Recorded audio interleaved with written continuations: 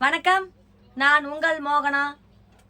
திங்கட்கிழமை 11/8/2025. வாங்க செய்திக்குள்ளார போகலாம்.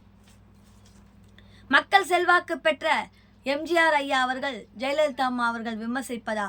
திருமாவளவன் அவர்களுக்கு ஓ பன்னீர்செல்வம் அவர்கள் கண்டனம் தெரிவித்திருக்கிறார்கள்.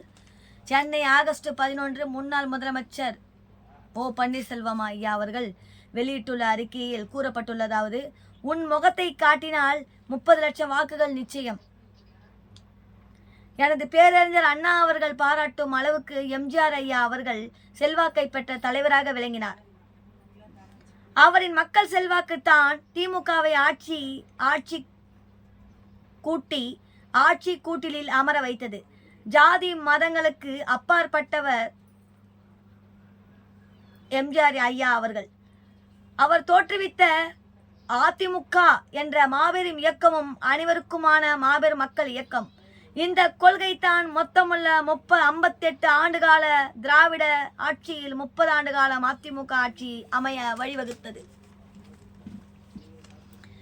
எம்ஜிஆர் ஐயா அவர்கள் திராவிட இயக்கத்தில் பார்ப்பனியத்தை ஊடுருவ செய்தவர் என்றும், பார்ப்பனிய பெண் திராவிட இயக்க கழகத்தின் தலைவராக மாறா பாதை வகுத்து தந்தவர் என்றும் விடுதலை சிறுத்தை கட்சி தலைவர் தொல் திருமாவளவன் ஐயா அவர்கள் பேசியிருப்பது கடும் கண்டனத்துக்குரியது.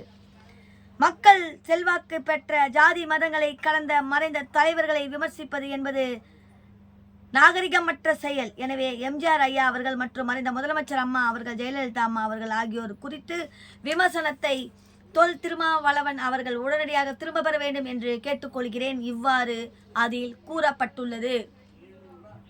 இத்துடன் இந்த செய்தி அறிக்கை முடிவடைகிறது. மேலும் வேறொரு செய்தியுடன் நான் உங்களை சந்திக்கும் வரை டாடா பை பை சொல்லி விடைபெறுகிறேன். நன்றி, வணக்கம்.